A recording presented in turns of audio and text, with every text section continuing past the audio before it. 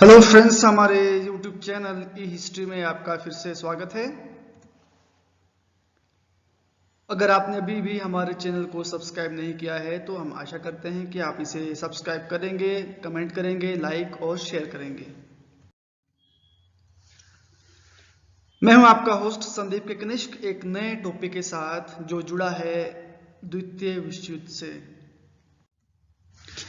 आज हम बात करेंगे दूसरे विश्व युद्ध की प्रमुख घटनाओं के बारे में, पार्ट 1।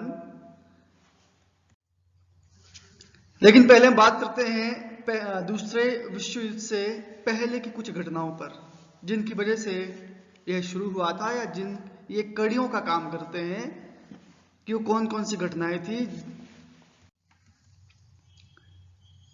इसमें से एक घटना रही है स्पेन का गृह युद्ध, इथियोपिया पर इटली का आक्रमण और चीन जापान युद्ध। ये शुरुआत की घटनाएं हैं, यानी 1939 की या उससे पहले की घटनाएं ये रही हैं। पहले हम बात करेंगे इथियोपिया, जिस पर इटली ने आक्रमण किया था। इथियोपिया को उस वक्त एबिसिनिया कहा जाता था। अक्टूबर 1935 और से लेकर के मई 1936 ये वह समय था जब इथियोपिया यानी अबिसिनिया और इटली में आपसी संघर्ष चला और राष्ट्र संघ की कमजोरी यहां खुल के सामने आई, क्योंकि इटली को रोकने में राष्ट्र संघ पूरी तरह से नाकाम रहा।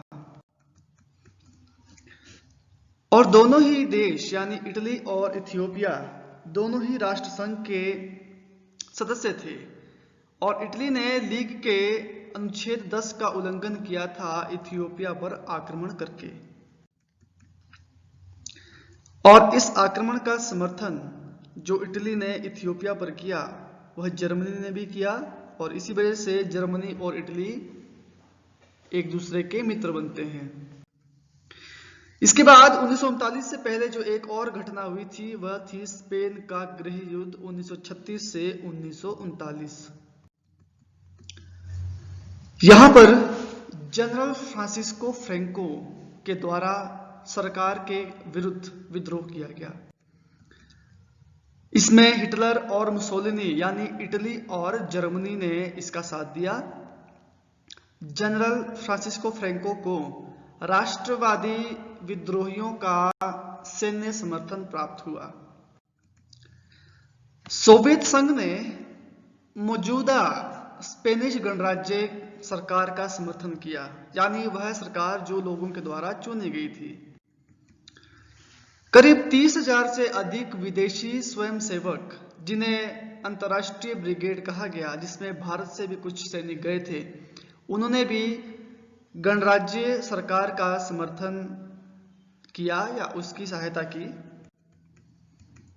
लेकिन 1939 में राष्ट्रवादियों ने यानी फ्रांसिस्को फ्रैंको ने गृह युद्ध जीत लिया और वह स्पेन का तानाशाह बन जाता है। तो इसने भी दूसरे विश्व युद्ध में भूमिका निभाई।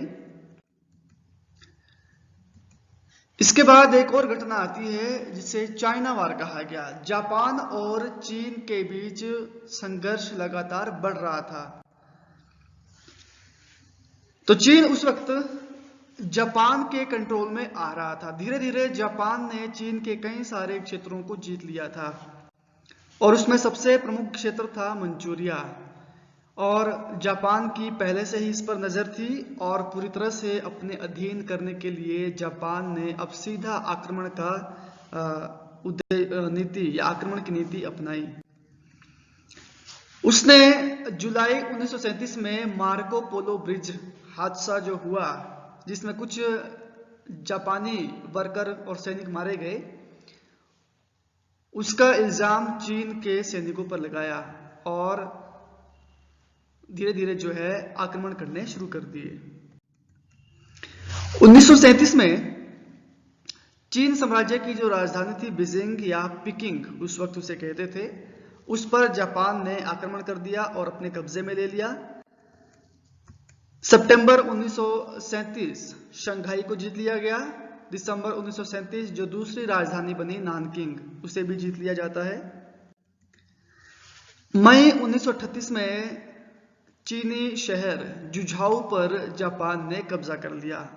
तो यहाँ पर क्योंकि चीन में अमेरिका के भी उपनिवेश थे, ब्रिटेन के भी थे, फ्रांस के भी थे, तो सभी जापान के विरुद्ध हो गए और विश्व युद्ध शुरू हो जाता है।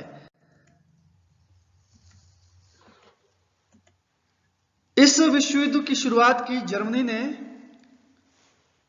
ऑस्ट्रिया पर 1938 में आक्रमण किया, चेकोस्लोवाकिया पर 1939 में, और 1 सितंबर 1939 को पोलैंड पर उसने आक्रमण किया। इसके अलावा 1940 डेनमार्क और नॉर्वे पर आक्रमण करता है। 1941 में नीदरलैंड और बेल्जियम को उसने जीत लिया और 1940 में वह फ्रांस पर भी आक्रमण कर देता है। और उसके बाद अपने मित्र देश रूस पर 1941-1942 तक उसका संघर्ष चला, उस पर भी उसने आक्रमण किया। बाद में हम इसके बारे में पढ़ेंगे। तो शुरुआत होती है 1 सितंबर 1939 जब नाजियों ने यानी हिटलर ने पोलैंड पर आक्रमण कर दिया। और आक्रमण करने का उद्देश्य क्या था? पोलैंड से जर्मनी ने डेंजिंग की बंदरगाह या प्रदेश मांगा, लेकिन पोलैंड ने इनकार कर दिया। तो जर्मनी को एक बहाना मिल गया पोलैंड पर आक्रमण करने का। उसने कहा कि पोलैंड की सेनाएं जर्मन सीमाओं पर जो सैनिक है उन पर आक्रमण कर रही है, तो सुरक्षा के लिए उसे पोलैंड से युद्ध करना पड़ेगा। और इसी का बहाना लगा करके 1 सितंबर 1939 जर्मनी का पोलैंड पर आक्रमण होता है और 3 सितंबर 1939 को ब्रिटेन भी युद्ध में पोलैंड की ओर से शामिल हो जाता है। पोलैंड का समर्थन ज्यादातर ब्रिटिश कॉमनवेल्थ देशों ने किया, यानी वह देश जो कभी ना कभी या उस वक्त ब्रिटेन के अधीन रहे हैं। इसमें इंग्लैंड, ऑस्ट्रेलिया, कनाडा, फ्रांस, दक्षिण अफ्रीका और न्यूजीलैंड ये प्रमुख देश रहे हैं। यहां पर रूस ने पोलैंड की मदद करने की कोशिश की और जैसे ही पोलैंड की सरकार ने रूस का समर्थन हासिल किया, ब्रिटेन और फ्रांस ने रूस की सहायता लेने से मना कर दिया कि हमें आपकी सहायता नहीं चाहिए, और पोलैंड पर दबाव बनाया कि वह रूस की सहायता ना ले। तो पोलैंड को ब्रिटेन और फ्रांस की बात माननी पड़ी। इससे रूस रुष्ट हो गया और उसने जर्मनी से हाथ मिला लिया। 1939 में मित्र देशों के खिलाफ नॉन एग्रेशन पैक्ट रूस और जर्मनी ने साइन किया और लड़ाई शुरू होती है बैटल ऑफ अटलांटिक या अटलांटिक का युद्ध, जो पानी में लड़ा गया। इसमें जर्मनी ने आधुनिक और नए विकसित हथियार प्रयोग में लाए, जिसमें से एक हथियार था यू बोट, जो पनडुब्बियों की तरह कार्य करता था, पानी के नीचे भी और पानी के ऊपर भी। करीब 200-250 के करीब मीटर इसकी लंबाई होती थी, जिसमें मिसाइलें हो सकती थी, टारपीडो हो सकते थे, जिनसे सतह पर भी मारा जा सकता था और पानी के अंदर भी वार किया जा सकता था। तो काफी आधुनिक अस्त्र शस्त्र उस वक्त जर्मनी ने तैयार कर लिए थे।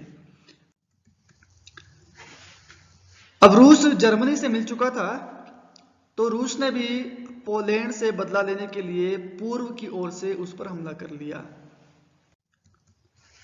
27 सितंबर 1939 पोलैंड की राजधानी वारसा पर जर्मनी का कब्जा हो जाता है और 6 अक्टूबर 1940 तक आते आते पूरा का पूरा पोलैंड जीत लिया जाता है। पोलैंड को जर्मनी और रूस ने आपस में बांट लिया। तो यहां अभी तक जर्मनी और रूस आपस में मित्र बने हुए हैं और एक दूसरे की मदद कर रहे हैं। कुछ पोलैंड के प्रदेशों को लिथुआनिया को दे दिया जाता है, क्योंकि इस युद्ध में लिथुआनिया ने भी जर्मनी की कुछ मदद की थी। रूस आगे बढ़ते हुए फिनलैंड पर आक्रमण कर देता है।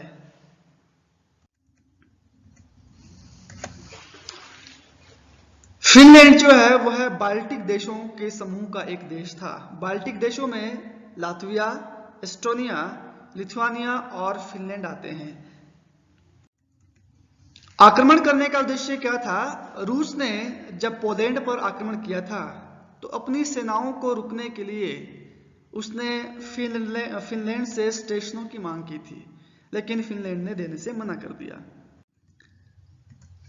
तो 1939 में फिनलैंड से बदला लेने के लिए रूस ने उस पर आक्रमण कर दिया और उसे जीत लिया। जून 1940 आते आते सभी बाल्टिक देश, चाहे वो एस्टोनिया हो, लातविया हो, फिनलैंड या लिथुआनिया हो, सब पर रूस ने कब्जा कर लिया। इसके बाद जर्मनी पश्चिमी यूरोप पर आक्रमण की नीति आगे बढ़ाता है। यह आपका पश्चिम जर्मनी है, जिसमें डेनमार्क, फ्रांस, बेल्जियम, आपका ब्रिटेन, ये सब आते हैं, लग्जमबर्ग आता है।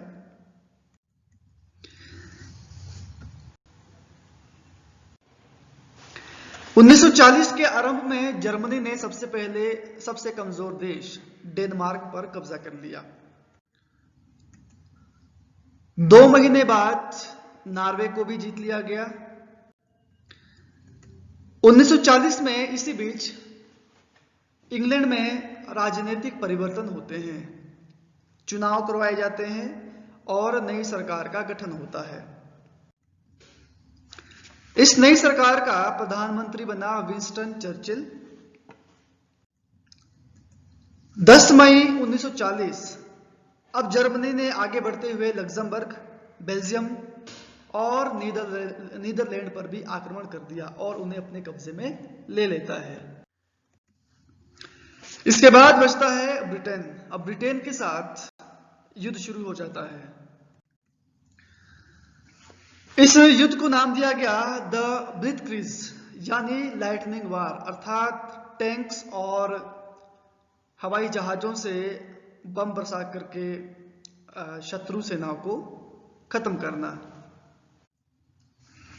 जर्मनी ने 1940 से 1941 तक इंग्लैंड के खिलाफ एक ऑपरेशन शुरू किया, जिसे ऑपरेशन सी लायन कहते हैं, जिसमें वह काफी हद तक सफल भी रहा।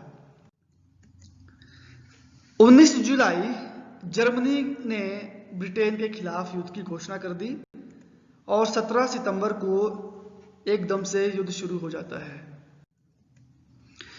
इस युद्ध को रोकने का प्रयास किया ब्रिटिश प्रधानमंत्री चर्चिल के द्वारा, और चर्चिल काफी हद तक इसमें सफल भी रहा, क्योंकि बाद में उसे अमेरिका की मदद मिलती है। तो अमेरिका ने हथियार भेजे, पैसा भेजा, और इस तरह से अभी तक अमेरिका पूरी तरह से इसमें शामिल नहीं हुआ है।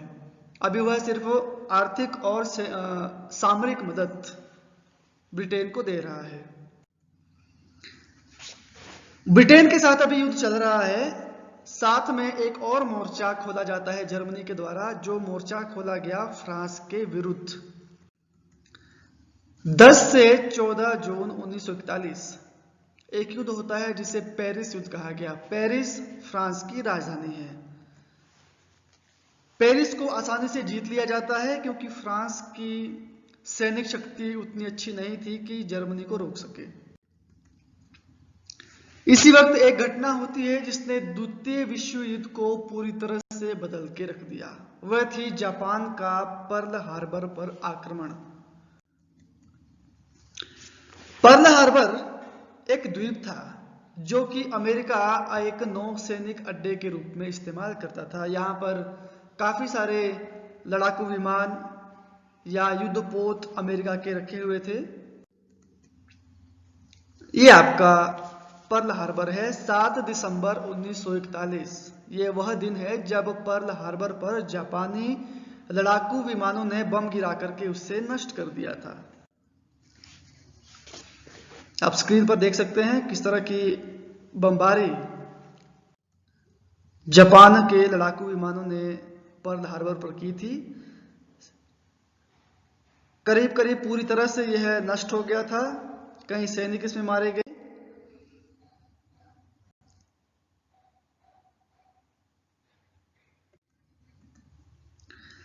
इस आक्रमण में, जो कि हवाई क्षेत्र में आपके था, करीब 1500 सैनिक मारे जाते हैं।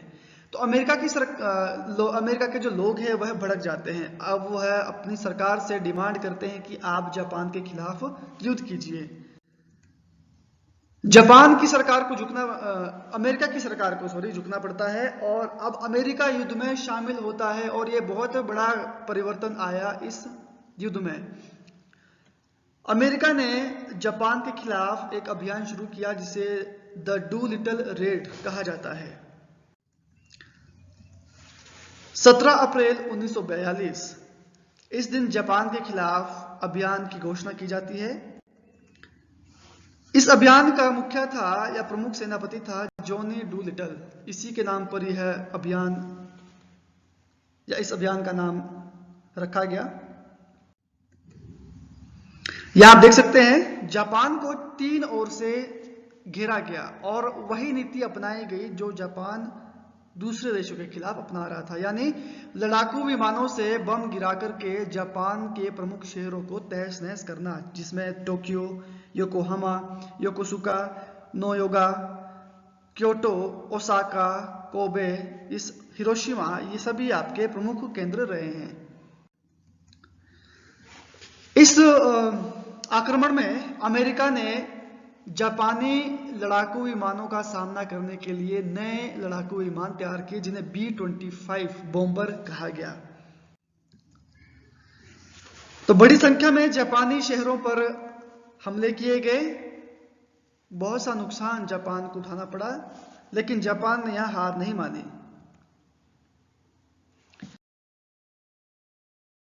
तो इसी के साथ आज का पार्ट 1 खत्म होता है। कल हम फिर से पार्ट 2 के साथ आपके सामने आएंगे। अगर आपको हमारा लेक्चर पसंद आया है तो हमारे चैनल को सब्सक्राइब कीजिए। इसी के साथ मैं संदीप के कनिष्क आपसे विदा लेता हूं। जय हिंद, जय भारत।